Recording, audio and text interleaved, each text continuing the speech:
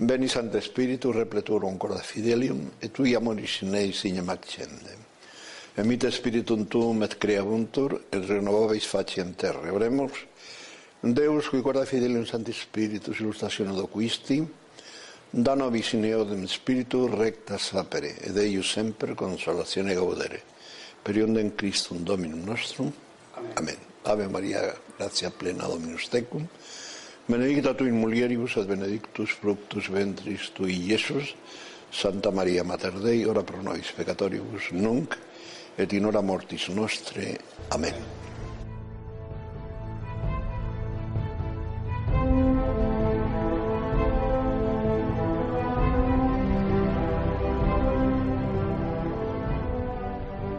Aclaración indispensable.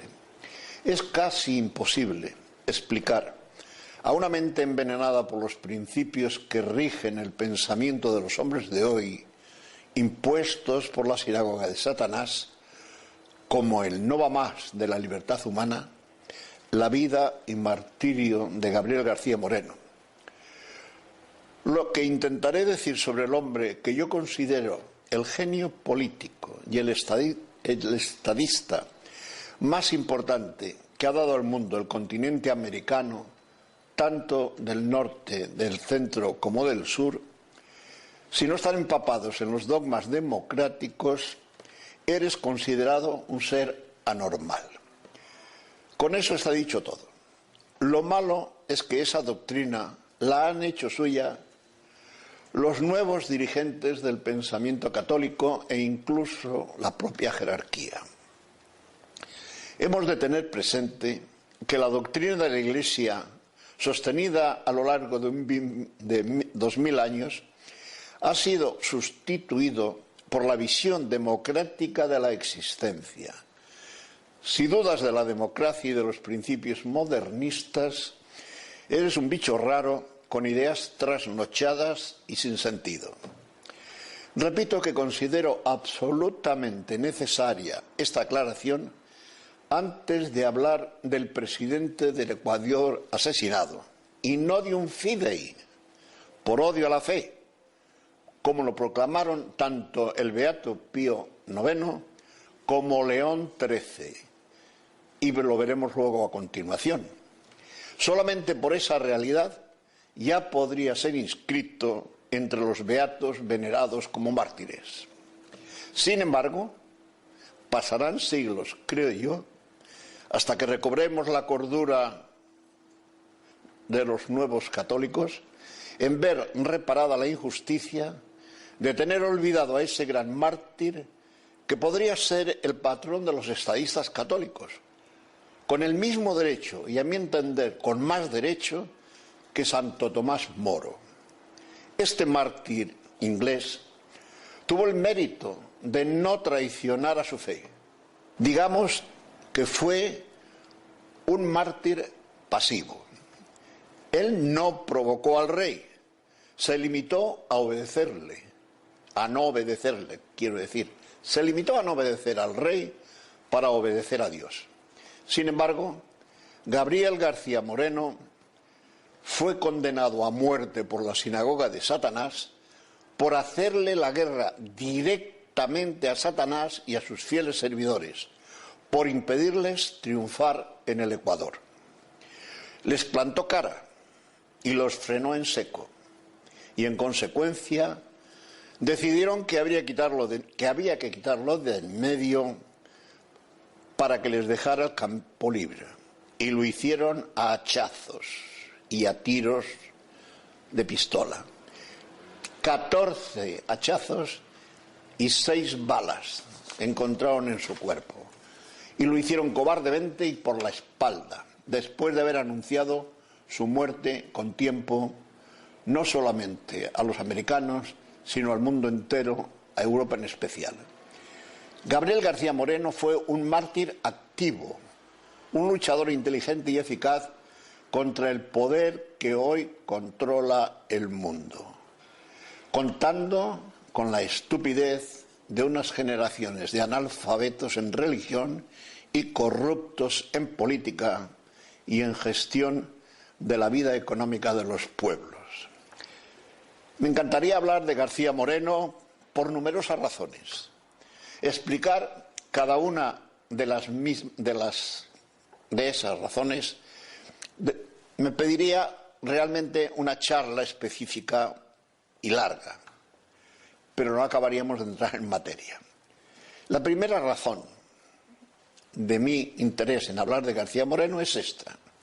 Es vergonzoso que cuando los grandes papas Beato Pío IX y León XIII lo presentan al mundo como mártir y estadista católica modélico, cuando es el único mártir con trascendencia en la política que se ajusta a lo que Cristo nos enseñó y predica la Iglesia desde siempre, no tengamos la menor idea de cómo y dónde se halla esta necesaria canonización, mientras, con el máximo respeto y disculpas anticipadas, se multiplican beatificaciones más que dudosas para quienes hemos sido formados en la fidelidad al magisterio perenne y tradicional de la Iglesia. Me permito anticipar que cuando fallezcan algunos de los nuevos líderes de la nueva ciencia o fe modernista, volveremos a oír el santo súbito y nos los pondrán en los altares en muy poco tiempo. Mientras que hace 140 años que fue asesinado y martirizado Gabriel García Moreno y hoy nadie se acuerda de él. Yo, en 1960 y 70 más o menos, quise preparar el centenario de su martirio, hablando en Fuerza Nueva y escribiendo sobre la necesidad de celebrar ese primer centenario, pero nadie me hizo caso. Yo lo hacía porque precisamente, es la segunda razón que luego explicaré, yo dedicaba la tesis de grado a García Moreno y conocía lo que significaba. Es más, quien más me ayudó en la preparación de esa tesis fue el padre jesuita ecuatoriano Severo Gómez Jurado, postulador de la causa de beatificación entonces. 60 años después y con 56 fuera de Cuba, por el fidelismo, perdí contacto con él y nunca más supe de la causa. Bien, me tomo la libertad de ahora, cuando faltan 5 años para el bicentenario del nacimiento de García Moreno, traten ustedes, como quisiera yo, de fomentar la celebración de ese bicentenario. La segunda causa por la que me gustaría hablar de García Moreno y que también me pediría toda una charla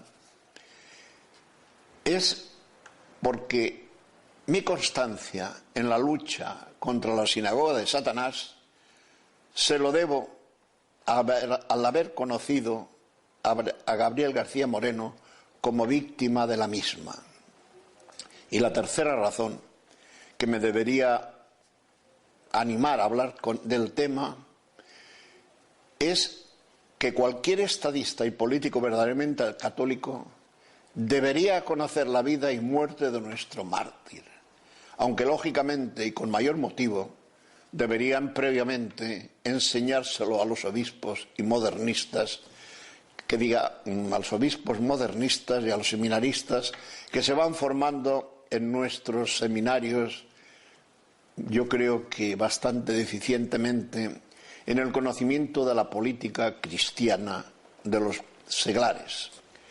Podría seguir enumerando razones para que me entusiasme hablar de García Moreno, pero vamos a entrar en materia siguiendo un orden inverso al que en principio yo quería seguir. Es decir, en vez de hablar de su vida y contar su vida, voy a hablar primero y antes que nada de su muerte.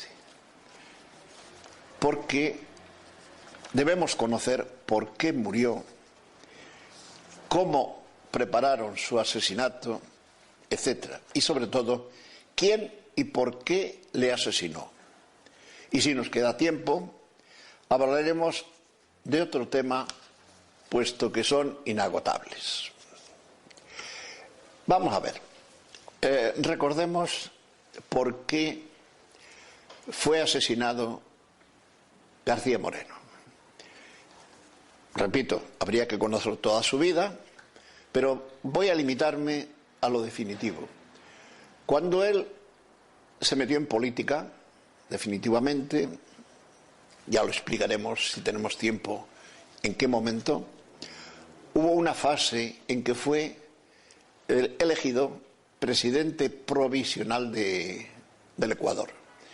Entonces había una constitución netamente liberal que a él no le convencía. A pesar de todo, aceptó la presidencia cuando él tenía las ideas muy claras de que para gobernar a un pueblo la Constitución debe ser católica. Bien, hizo todo lo que pudo, arregló muchos problemas, empezó la modernización del Ecuador, empezó ya las primeras obras públicas, etc. Y al final se retiró habiendo hecho mucho. Pero después de pasar unos años un poquito alejado de la política, llegó un momento en que se dio cuenta que los enemigos del Ecuador y de la Iglesia se iban a adueñar del Ecuador. Previamente, vale la pena comentar lo siguiente. Recordemos que García Moreno nació en el año 1821, o sea, prácticamente en el momento en que empezaba la independencia de todos los estados, de todo lo que hoy son naciones europeas, naciones independientes suramericanas y que formaban el Imperio Español. El imperio que España había regalado en la fe a la Iglesia Católica. La independencia americana fue obra netamente de la masonería. Es decir, la forma de destruir la Iglesia, primero destruir el Imperio Español, el Imperio Austríaco también, que eran dos pilares, los cuales efectivamente han sido destruidos los dos, y luego vendría la destrucción de la Iglesia, que es la que estamos viviendo ahora, al quitarle los baluartes católicos seglares. Bien, en ese momento precisamente nace García Moreno, es decir, tenía 3 años cuando se hizo, cuando se hizo independiente el Ecuador. Se educó, lógicamente, en una universidad netamente dominada por las ideas liberales, etc. Es decir, él vivió esos tiempos turbulentos en que dense cuenta que en el Ecuador, antes de la Constitución que él haría netamente católica, había habido 7 constituciones y no sé si 20 golpes de Estado. En fin, ahora hace 60 años que yo hice la tesis y en este momento ya os dije que para mí hablar de García Moreno no estaba maduro porque 60 años de por medio, mis recuerdos pues no son frescos, ¿no? Pero en fin, lo más importante sí os lo puedo comentar. Bien, García Moreno, como he dicho, vive el momento tremendo en que el Imperio Español se deshace, se desintegra por la lucha de la masonería contra España para destrozarla. Consiguen la independencia de los Estados americanos, pero ya controlan prácticamente en todos, la masonería controla la política. Lógicamente, surgen ya los problemas con la Iglesia, con las constituciones católicas, etcétera, etcétera. Y se adueñan prácticamente de toda la América del Sur y el norte, Colombia, que diga México, Costa Rica, etcétera, la Gran Colombia, etcétera. Sin embargo, Ecuador tiene la suerte de que se topa con Gabriel García Moreno. Gabriel García Moreno se mete en política al darse cuenta de que hay que luchar contra la sinagoga de Satanás, que él no la llamaba así. Ese nombre yo lo digo porque realmente, y perdonen que os lo diga con toda claridad, yo admiro a Satanás. Lo admiro porque la inteligencia, dicen los teólogos, mayor o mejor que ha creado Dios nuestro Señor. Pero el que le precipitara al infierno no le quitó esa maravillosa inteligencia y ha logrado dedicarla a preparar la guerra contra Cristo. Y la prepara a través de lo que San Juan Evangelista en el Apocalipsis llama la sinagoga de Satanás, y que Monseñor Joan adopta cuando dice: no hacemos la guerra a los judíos, hacemos la guerra únicamente a una minoría de judíos perversos y omnipotentes. Bien, esta sinagoga había dirigido todo el proceso de independencia de América. Cuando surge García Moreno y decide que él va a implantar en el Ecuador una constitución católica, lo avisa cuando es presidente provisional la primera vez, y cuando le vienen a llamar la segunda vez, viendo que aquello se desintegra, da el famoso golpe de Estado.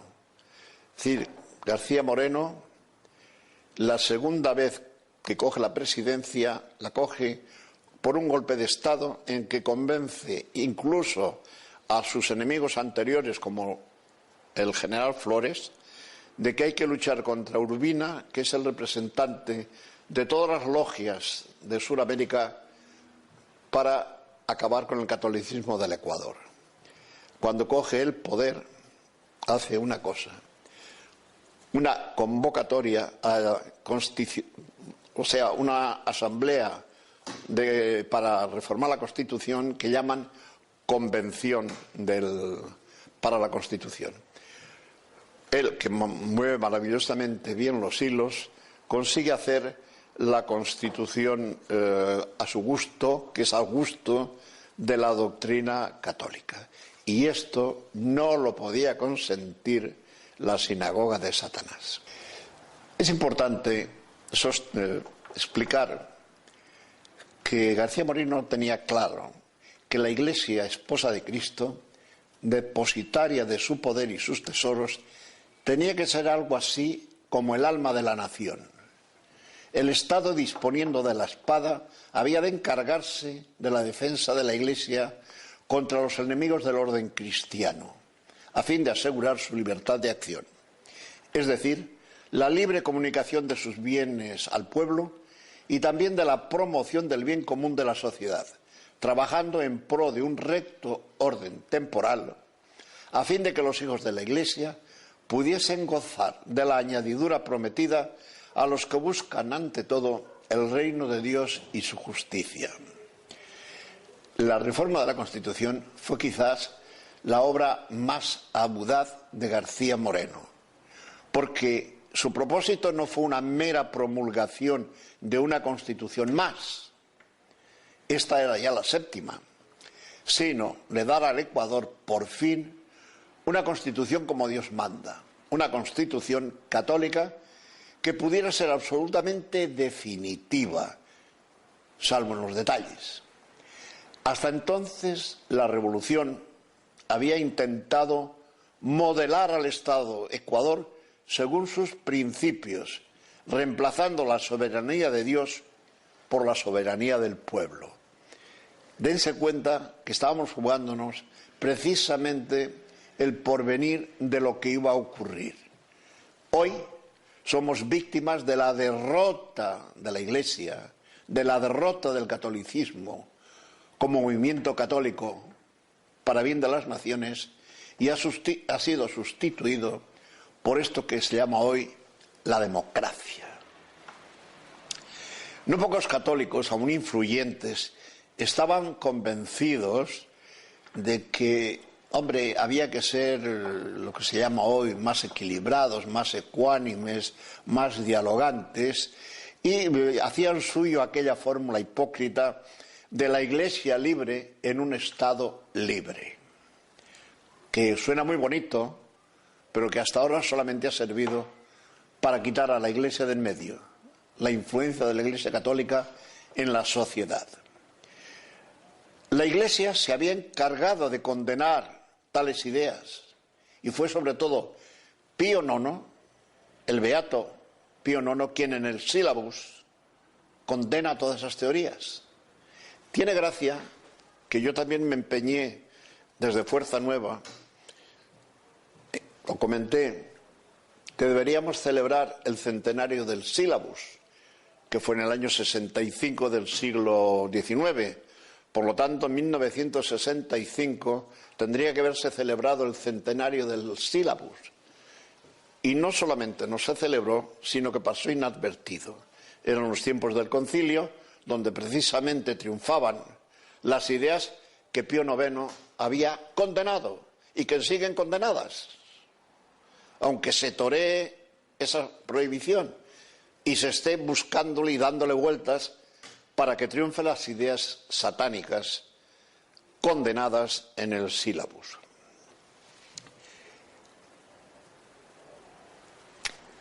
Decía, por ejemplo, García Moreno: en el nombre de Dios uno y trino, autor y conservador y legislador del universo, la Convención Nacional del Ecuador ha decretado la siguiente Constitución. Está clarísimo, ¿no? Para que no quedasen dudas, en su primer artículo se declara: la religión de la República es la católica, apostólica, romana, con exclusión de cualquier otra, y se conservará con los derechos y prerrogativas de que debe gozar, según la ley de Dios y las disposiciones canónicas. Los poderes políticos están obligados a protegerla y hacerla respetar. Pero entonces se consideró necesario, para ser coherentes con el artículo primero y evitar la infiltración de principios anticatólicos en la sociedad, este artículo fue votado por unanimidad con la excepción de 2 diputados. Asimismo, se declaró privado de sus derechos de ciudadano todo individuo que perteneciese a una sociedad prohibida por la Iglesia, con lo cual la guerra a la masonería era evidente. Ahora bien, una vez redactada la Constitución de acuerdo con ese espíritu de García Moreno, surgió la pregunta: ¿y quién hará cumplir esta Constitución? Sobre todo que García Moreno no, aunque hoy ha dado el golpe de Estado, había dicho que él no quería ser presidente ni sería nunca presidente. Se había limitado a hacer, digamos, de jefe de la rebelión contra la sinagoga. Bien, pero era evidente que los legisladores reconocían que tenía que ser García Moreno el presidente que fuera capaz de aplicar esa Constitución. García Moreno fue entonces elegido por unanimidad en el momento de votar al presidente. Todos votaron a favor de García Moreno menos uno, evidentemente él, ¿no? García Moreno se rehusó, se negó completamente a ser presidente, pero le dijeron que tenía que hacerlo porque la Convención así lo había decidido.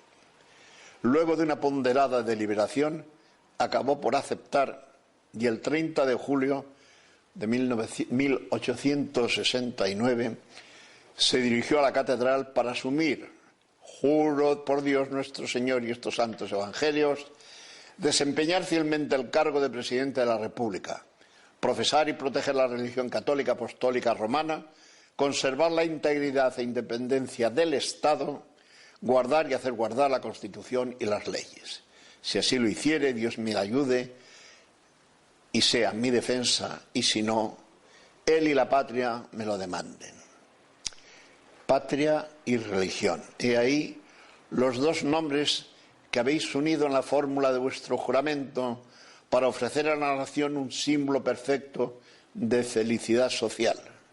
8 años que con ocasión de igual y en este mismo templo, cuando fue elegido presidente provisional, esto que lo decía el que presentaba al nuevo presidente, hicisteis por primera vez el mismo juramento, y merced a la lealtad de vuestra palabra, la patria ha cambiado de faz y la religión católica es para ella un elemento de vida y de progreso. García Moreno le contestó con palabras sublimes. Espiguemos algunas de las frases del discurso. La experiencia de 4 años de mandato me han demostrado que entre nosotros es más difícil al hombre honrado procurar el bien de todos que al perverso hacer el mal, porque mientras para éste hay siempre cooperadores interesados para el bien, no suele haber sino la indiferencia, el egoísmo y la resistencia de la rutina y de los antiguos abusos. Vos lo habéis indicado ya en vuestro benévolo discurso.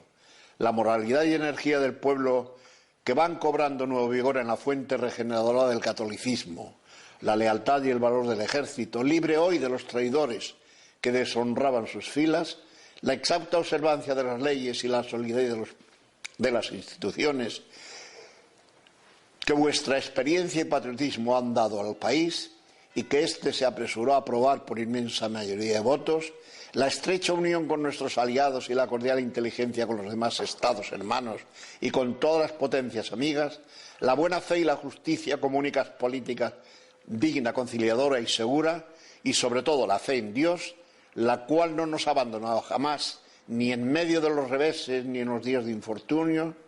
Ved aquí, excelentísimo Señor, los medios con que cuento para sobreponerme a mis temores y cumplir mi solemne juramento. Feliz yo si logro sellarlo con mi sangre, en defensa de nuestro augusto símbolo, religión y patria. Así terminaba Gabriel García Moreno ese discurso de aceptación de presidente. Comprenderán los que me están oyendo o me están viendo, que con estos planteamientos la sinagoga de Satanás, a través de sus brazos ejecutores, las logias, le habían condenado a muerte. Y tan era así que en toda Europa ya se sabía que estaba condenado a muerte. Y en los países vecinos, desde Chile hasta Costa Rica, pasando por la Gran Colombia, Argentina, etcétera, todo el mundo sabía que García Moreno sería ejecutado por la masonería. Sin embargo, él siguió tan tranquilo, y cuando le decían que se cuidase y que llevase guardaespaldas, él decía que no. Dice, y si los guardaespaldas me traicionan, ¿para qué sirven? Dice, yo prefiero fiarme de Dios, que sea lo que Él quiera. Tanto es así que él seguía sus costumbres normales. ¿Cuáles eran las costumbres de García Moreno? Bueno, si hubiéramos hablado de su vida la conoceríamos. Ojalá algún día pueda explicar toda la vida de García Moreno. Pero García Moreno, en la última conversión, no es que él hubiera sido, como diría yo, un renegado o un mal católico, no, sino que había ido perfeccionando su grado de fe, y en el último momento de ese cambio de fe había hecho unos ejercicios espirituales donde prácticamente ejercía al detalle, al pie de la letra, todo lo que San Ignacio pide. Hacía la misa diaria, el rosario diario, el examen de conciencia 2 veces al día, siempre llevaba el Kempis en el bolsillo y lo leía. Es decir, era un católico modélico. Se levantaba a las 6 de la mañana, iba a misa, hablaba un rato con su familia, porque él nunca descuidó la familia, etcétera, etcétera. Luego se iba al palacio, trabajaba, es decir, todo el mundo conocía su itinerario. Y eso les permitió a los masones preparar perfectamente su asesinato en el momento más oportuno. Bien, dicho todo esto como introducción, digamos, para hacer apetito, pasemos a comentar una cosa importantísima, que es, después de tener la Constitución católica, o como él quería, lo cual le permitió convertir al Ecuador, dense cuenta que lo convirtió de un país que estaba en la miseria al país más adelantado de América. Hizo lo que ustedes no se pueden imaginar. Quito y Guayaquil estaban unidos por caminos de mulos, con lo cual ir de Guayaquil a Ecuador era asunto de días y más días, y además por despeñaderos, con riesgo de todo, etcétera. No había carreteras. Él hizo la carretera de Guayaquil a Ecuador y luego hizo un plan de carreteras para comunicar todas las capitales, porque era la forma de hacer. Es decir, levantó con obras públicas todo eso. Pero lo más gordo no fue eso, lo más importante era la universidad. La cerró por completo porque desde allí salían, como de nuestras universidades, toda la purria que tenemos ahora, que vivimos en España, la Universidad de Políticas con el Coletas y compañía. Más o menos, o peor, era el Ecuador y dijeron, las cerró. Creó una nueva universidad, trajo profesores, trajo de todo. Trajo médicos de Estados Unidos, de Alemania, ingenieros, etcétera, etcétera, etcétera. Y lo puso al Ecuador en la cima de las naciones americanas civilizadas, la primera. Bien, esto daría motivo para una conferencia explicando todo lo que hizo. Sería horas hablando de su obra material. Pero lo principal fue su obra espiritual. Trajo a los jesuitas que habían sido expulsados, a los hermanos de la Salle, para los hospitales trajo a las monjitas de la Caridad, que era horrible todo. Hizo una cárcel nueva y, como cosa curiosa, cuando la fueron a inaugurar no había presos. O sea, que había puesto tanto orden en el Ecuador que prácticamente habían desaparecido hasta los condenados a la cárcel. Bien, pero hizo una obra también fundamental en el asunto de fe. Era un hombre muy religioso, muy sencillo, y se mezclaba con los de las congregaciones marianas, etc. Y el director espiritual de las congregaciones marianas le propuso consagrar a Ecuador al Sagrado Corazón. Él aceptó gustoso, y la única pega que puso fue si el pueblo del Ecuador estaba preparado y era digno de consagrarse al Sagrado Corazón. En fin, le convencieron que sí, pero de todas formas él tomó una medida. Trajo 50 religiosos redentoristas y otras cosas para hacer misiones parroquiales para que el Ecuador se convirtiera del todo al catolicismo. Y consiguió una mejora todavía importante en la fe del pueblo. Y en ese momento se consagró al Sagrado Corazón la República del Ecuador con toda solemnidad. Y lo aprobó el Parlamento, lo aprobaron todas las instituciones y, por supuesto, la Iglesia. El arzobispo de Quito presidió la consagración de la Catedral de Quito, pero en todas las otras diócesis y en todas las otras iglesias se hizo al mismo tiempo. Esto acabó de rematar el odio contra él de las sociedades secretas, que fue otro de los motivos que adelantaron su asesinato, porque decían, este hombre nos va a echar a perder toda América si le copian, si le imitan, ¿no? Bien, ¿y qué vino? Pues efectivamente, llevaba 5 años, tenía que hacer, se convenció, mejor dicho, él que no quería continuar, pero que había hecho un plan, eso sí, de una primera fase para preparar el Ecuador, que fue antes de ser presidente provisional, una segunda fase que fue mejor dicho, esa es la primera fase, y la segunda fase fue en el primer quinquenio, donde preparó todo para lanzar lo que él quería definitivamente, que era los 5 años siguientes, que él se presentaba y efectivamente arrolló. Volvió a arrollar porque todo el pueblo estaba con él y volvió a salir electo para 5 años más. Esto era, el cambio era en diciembre del 75, de 1875.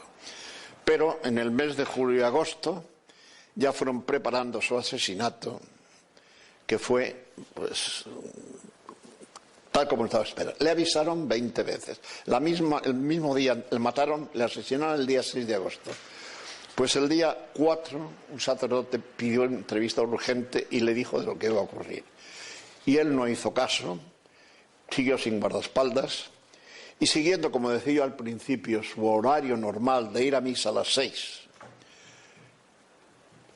pues lo hizo, pero luego por la tarde también tenía la costumbre de salir a hacer una visita al Santísimo. Esa tarde se alargó un poquito más de la cuenta, ya estaban todos preparados y al salir de la iglesia le dieron un primer hachazo y luego siguieron dándole, le separaron prácticamente la muñeca, bien, y le dieron tiros de todo. Es decir, el asesinato de García Moreno fue cruel y, por supuesto, dejó al pueblo consternado. Detuvieron a los asesinos y la fuerza pública los protegió para que no los lincharan. Pero de todas formas, al principal asesino, cuando estuvieron fuera, un militar de los que estaban allí no se aguantó y lo liquidó, le dio unos cuantos tiros y allí lo dejó. Bien, valdría la pena pues recordar este asesinato como el modelo de lo que no se espera o espera a todo aquel que quiere hacer frente a la sinagoga de Satanás. Es decir, para los masones, asesinar cuando es necesario, y tenemos el caso de Carrero Blanco, el caso de etcétera, etcétera. Tengan en cuenta una cosa significativa. Cada vez que hay uno de estos asesinatos que no tiene explicación y que luego nunca se explican, evidentemente nacen en las cuevas de las sociedades secretas. Mueren de distintas formas, pero no tienen ningún problema en liquidar al que estorbe. García Moreno estorbaba y se lo liquidaron. Fue tal la consternación que en todos los países católicos ya lo sabían que iba a ocurrir, lo comentaron y el Papa Pío IX pues dijo lo que sentía el que hubiesen matado al mejor político que había en América. Yo no acabaría nunca de decir cosas. Por ejemplo, tengamos en cuenta que cuando el Vaticano, o sea, cuando los estados pontificios fueron aniquilados por la masonería, por Garibaldi y los carbonarios, y perdieron en la Iglesia los estados pontificios, solamente García Moreno, como presidente del Ecuador, protestó por ese abuso. Los países católicos, España, Francia, etcétera, etcétera, callaron miserablemente ese atropello. O sea que todo lo que sumemos a García Moreno es poco. Podría seguir, pero creo que yo os he entretenido más de la cuenta. Pero no quisiera dejar de decir una cosa. García Moreno, cuando yo le he dicho que es el mayor genio que ha producido América, pienso en Lincoln y en Washington y en todos estos que no le llegan ni al tobillo. García Moreno era un hombre completo, físicamente todo un tipo, de estudios un genio, lo mismo en las ciencias que en las letras, una capacidad, un científico, acompañó a Humboldt en sus expediciones científicas, a Wiesel también, bajando a los volcanes. Tenía una capacidad tremenda para física, la química, la botánica, y todo lo estudiaba pensando en lo útil que iba a ser al Ecuador cuando él hiciera lo que quiso, o sea, modernizar al pueblo. En fin, yo repito, no acabaría nunca de hablar de este hombre que tendríamos que verlo ya en los altares y que tendría que ser un modelo para los políticos cristianos. Es una pena que en España hombres como Blas Piñar y todos los que hemos intentado, digamos, hacer algo por salvar la espiritualidad y las esencias patrias, estemos arrinconados por el control absoluto que tiene la sinagoga de Satanás del gobierno español en estos momentos. Es decir, no se explica que gente inteligente como Rajoy y compañía hayan consentido burlarse de los que les votaron para suprimir la ley del aborto, las leyes sobre el homosexualismo, el divorcio, etcétera, etcétera, todo aquello que va contra la Iglesia Católica. Han tenido una mayoría absoluta para poderlo hacer, pero no lo han hecho. Yo no creo que porque Rajoy no lo supiera, porque un hombre que es registrador de la propiedad, me imagino que de tonto no tiene nada. Pero las órdenes de las logias deben ser contundentes. Ni se os ocurra tocar el aborto. Y es más, en estos momentos hemos visto la triste noticia de que la Celia Villalobos, la esposa del asesor principal, el que controla el Partido Popular, ha llegado a decir que los que ataquen el aborto no pueden estar en el Partido Popular. Esto es un detalle para aquellos que no acaban de ver. En fin, disculpad que por mis tantos años sin dominar, sin volver a repasar al detalle la vida de García Moreno, haya sido un poco general y ciertos detalles, como es el mismo asesinato, no lo haya querido puntualizar, porque en este momento los detalles los tendría que volver a releer. Pero he dado la esencia y lo más importante de su asesinato. Lamento que el padre Severo Gómez Jurado, que fue el que más información me dio, puesto que era el postulador de la causa de beatificación de García Moreno, haya muerto. Evidentemente había nacido en el año 1900 y creo que murió en el año 91 del siglo pasado. Pero por lo cual no puedo pedir información nueva. Y no sé si los jesuitas del Ecuador están en la línea de los jesuitas de medio mundo, que no tienen que ver nada con la compañía de Jesús que repuso García Moreno en el Ecuador. Tanto es así que la primera guerra contra él fue porque trajo a los jesuitas al Ecuador. En uno de sus viajes a Europa coincidió en un regreso de Costa Rica a Guayaquil con unos jesuitas desterrados por la Gran Colombia. Él les hizo bajar y consiguió que el gobernador de Guayaquil los admitiera y luego volvieran después de 80 años al Ecuador, etc. Aquella compañía de Jesús, que luego la dedicó a la nueva universidad, a que formara universitarios, etc., no tiene que ver nada, desgraciadamente, con la mayoría de los jesuitas de hoy. Bueno, muchas gracias y me tenéis a vuestra disposición para ampliar con tiempo, y si puedo recoger en mi pueblo donde tengo guardada toda la información y los tomos, tengo todas las cartas de García Moreno, todos los libros del Padre Verte, etcétera, etcétera, y tendría que volver 60 años atrás cuando hice la tesis de grado sobre este tema.